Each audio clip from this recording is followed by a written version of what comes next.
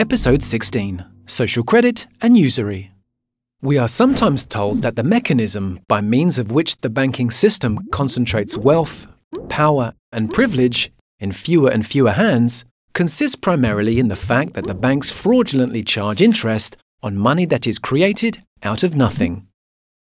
But what if this isn't exactly true?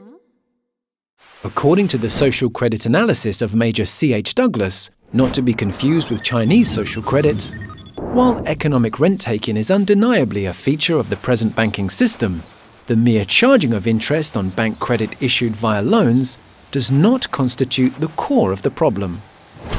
In the first place, charging interest and/or service fees is not necessarily unjust. Banks have legitimate expenses, and these costs must be met by the consuming public in one form or another. In the second place, the charging of interest and/or service fees is not primarily responsible for the price-income gap, and indeed it does not contribute in any unique way to the price-income gap. Banks, like all other businesses, generate costs and prices at a faster rate than they distribute incomes. So what makes current banking practice usurious? Why are bank charges often burdensome and/or excessive and/or exploitative? The real problem with modern banking lies in the fact that the banks falsely claim to own the financial credit which they create. This claim to ownership is implicit in the fact that the credit is only ever lent and never freely given.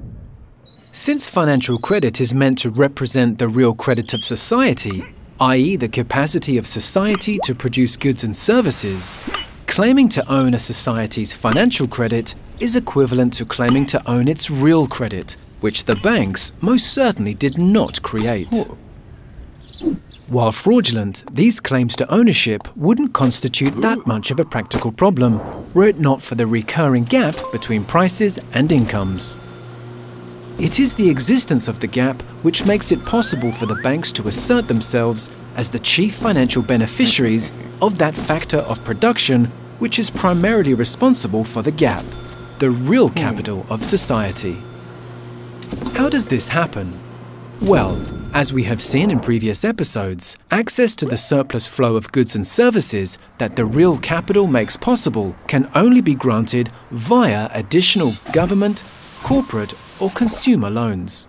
These loans come from the banking system and tend to be long-term in nature.